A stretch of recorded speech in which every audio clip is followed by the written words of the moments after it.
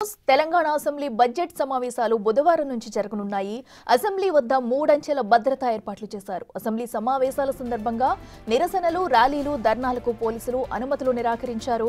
ఇక రేపు ఉదయం 11 గంటలకు అసెంబ్లీలో ఉభయ సభలను ఉద్దేశించి గవర్నర్ ప్రసంగిస్తారు. ఈ నెల 19 లేదా 20న ఆర్థిక శాఖ మంత్రి బట్టి విక్రమార్క వార్షిక బడ్జెట్ను ప్రవేశపెట్టనున్నారు.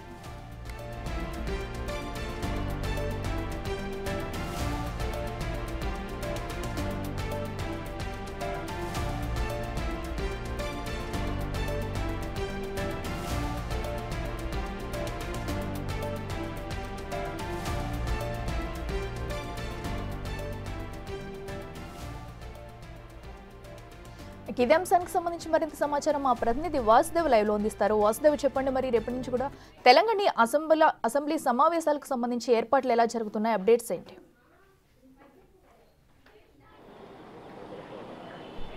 అఖిల, రేపు తెలంగాణ అసెంబ్లీ బడ్జెట్ సమావేశాలు ప్రారంభం కాబోతున్నాయి. ఈ సమావేశాల నేపథ్యంలో కూడా కట్టుదిట్టమైనటువంటి భద్రతా ఏర్పాట్లు అసెంబ్లీ చేయడం జరిగింది. ఎక్కడ కూడా ధర్నాలకు, రాస్తారోకోలకు అనుమతి లేదని పోలీసులు ప్రకటించారు. ఇక రేపు 11 గంటలకు ప్రారంభం కాబోయే బడ్జెట్ సమావేశాల్లో కూడా గవర్నర్ జిగ్నూదేవ్ వర్మకు సంబంధించి రేపు ప్రసంగం ఉంటుంది. ఆ తర్వాత బడ్జెట్ సమావేశాలకు సంబంధించి ఈ నెల 19 లేదా 20న బడ్జెట్ను డిప్యూటీ సీఎం బట్టి విక్రమార్క ప్రవేశపెట్టే అవకాశం ఉంది.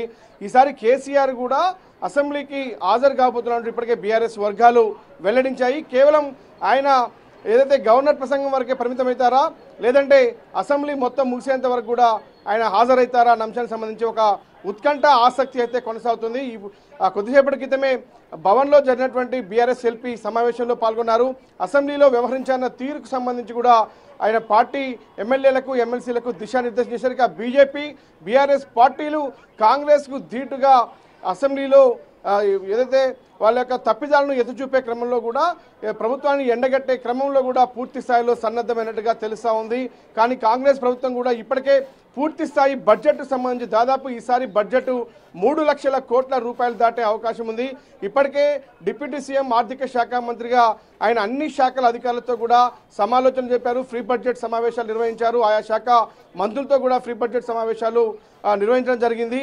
ఆ తర్వాత ఒక్కొక్క శాఖ నుంచి ఆయా శాఖల వారీగా దేనికి ఎన్ని డబ్బులు కేటాయించాలి, ఏ ఏ ప్రాజెక్టుల డబ్బులు ఎంత, ప్రభుత్వ సంక్షేమ పథకాలకు కేటాయించాల్సినటువంటి డబ్బులు ఏంటి, నూతన పథకాలు ఏంటి అన్న అంశానికి సంబంధించి, ఉద్యోగాల భర్తీకి సంబంధించి కావచ్చు, జీత భత్యాల అంశానికి సంబంధించి కావచ్చు, రైతుల సంక్షేమానికి సంబంధించిన అంశాలు కావచ్చు, వీటన్నిటికీ సంబంధించి అన్ని శాఖల నుంచి పరిశ్రమల అభివృద్ధి, ప్రభుత్వ ఆదాయానికి సంబంధించిన రాబట్టేటువంటి మార్గాల్లో పెట్టుబడులు, ఆదాయానికి సంబంధించినటువంటి వ్యవహారాలపైన కూడా పటిష్టమైనటువంటి ఒక బడ్జెట్ను అయితే ప్రభుత్వం ఇప్పటికే సిద్ధం చేసింది.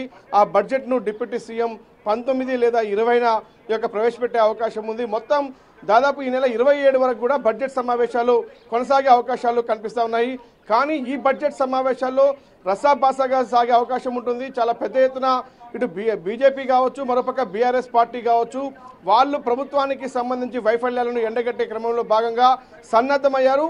సేమ్ టైం కాంగ్రెస్ పార్టీ కూడా మంత్రులకు, మరోపక్క ఎమ్మెల్యేలకు చాలా ధీటైనటువంటి సమాధానం ఇవ్వాలని కూడా, ఎందుకంటే గతంలో 10 ఏళ్ల పాలనలో బీఆర్ఎస్ చేయనటువంటి పనులను ప్రస్తుతం కాంగ్రెస్ పార్టీ చేస్తుందన్న అంశాన్ని ప్రజల్లోకి తీసుకెళ్లాలి. అసెంబ్లీ కూడా చాలా బలంగా చెప్పాలన్న అంశానికి సంబంధించి కూడా బలమైన బడ్జెట్కు సంబంధించి కూడా పూర్తిగా సన్నద్ధమైంది కాంగ్రెస్ ప్రభుత్వం.